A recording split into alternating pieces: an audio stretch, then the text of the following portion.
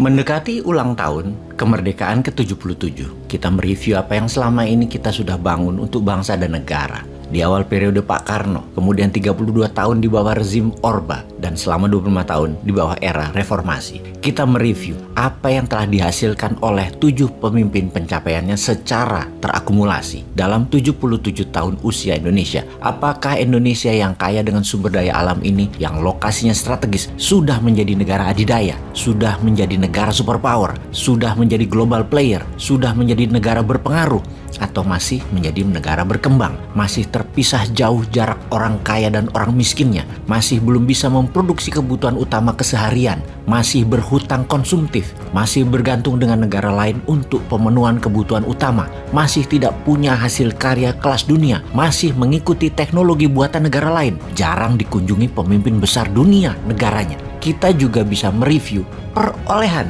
pemimpin yang terdekat saat ini, yang 10 tahun terakhir ini saja, di mana dalam 10 tahun ini dibandingkan dengan kerja Tiongkok di bawah Xi Jinping yang baru menjabat pemimpin tertinggi Tiongkok sejak 2013 alias belum 10 tahun, yang langsung menempatkan posisinya menjadi pemain dunia. Kita bisa mereview, kita harus melihat KPI performa era reformasi ini.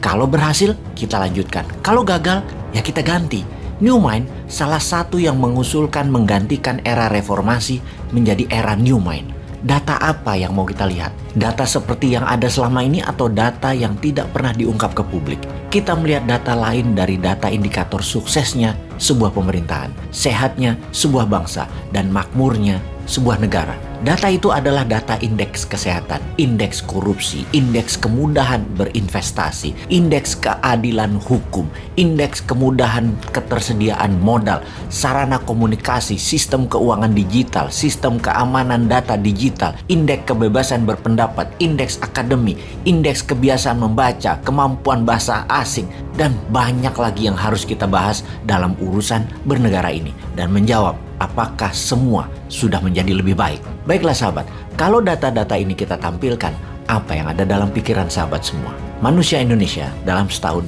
hanya mengkonsumsi 3 kilo makan protein dari daging atau ayam dan mengkonsumsi 50 kg ikan. Yang sehat dalam data WHO adalah 90 kg per tahun makan ikan, 80 kilo per tahun makan daging, dan 80 kilo makan daging ayam. Amerika Serikat 120 kilo daging per tahun per orang. Kuwait 119 kilo per tahun per orang. Australia 111 kilo. Selandia Baru 106 kilo. Singapura 80 kilo.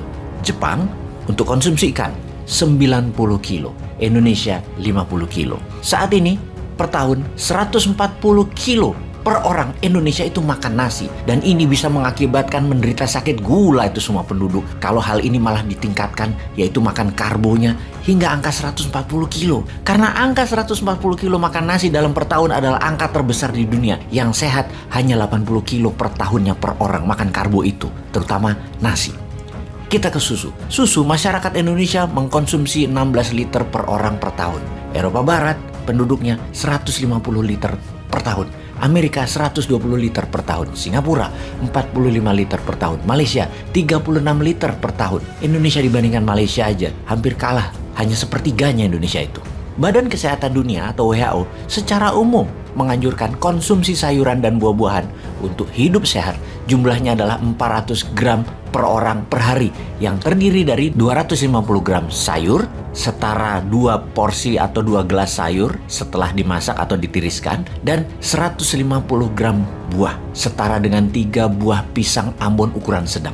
Badan Kesehatan Dunia WHO juga mencatat rata-rata konsumsi buah dan sayur masyarakat Indonesia hanya 2,5 porsi per hari atau setahun hanya 34,5 kg per kapita per tahun. Padahal WHO menganjurkan konsumsi buah harus mencapai 75 kg per kapita per tahun. Dan standar yang dikatakan sehat adalah 91,25 kg per kapita per tahun. Kita lanjutkan datanya. Konsumsi baja Indonesia adalah 60 kg per orang per tahun. Konsumsi baja per kapita Indonesia masih rendah, bahkan dibandingkan dengan negara-negara tetangga. Berdasarkan Asosiasi Baja Dunia atau World Steel Association, konsumsi baja per kapita Indonesia hanya 55,2 kg per tahun pada tahun 2020. Singapura, konsumsi baja per kapitanya mencapai 273,5 kg per tahun. Vietnam, konsumsi baja per kapita sebesar 239,8 kg per tahun. Konsumsi baja per kapita Thailand dan Malaysia masing-masing 233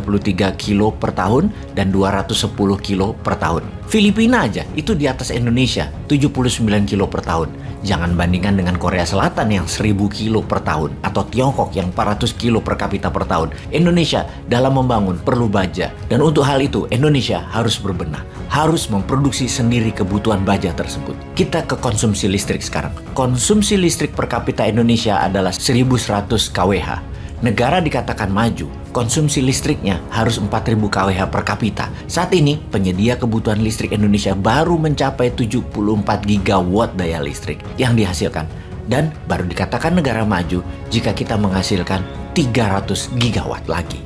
Pengguna internet baru 82 juta manusia Indonesia, di mana keterjangkauan internet baru menjangkau 60% wilayah. 82 juta orang yang menggunakan internet itu baru menjangkau 30% populasi. Untuk dikatakan negara maju, jangkauan internetnya adalah harus 100% dan penggunanya di atas 80%, baru dikatakan negara maju. Malaysia itu 90% pencapaian wilayah internetnya dan 80% pengguna internet. Filipina 60% wilayah pencapaiannya, penggunanya 45%. India 60% wilayah pencapaian, penggunanya 50%. Sahabat New Mind, hikmah apa yang kita dapat dari informasi semua itu? Sudahkah Indonesia menjadi negara maju fasilitas negaranya? Sudahkah Indonesia menjadi negara sehat warganya? Sudahkah Indonesia menjadi negara bahagia bangsanya? Kalau belum, mau berubah atau masih sama dengan yang sekarang? Apapun itu sahabat, Dirgahayu Indonesia ke-77. Merdeka!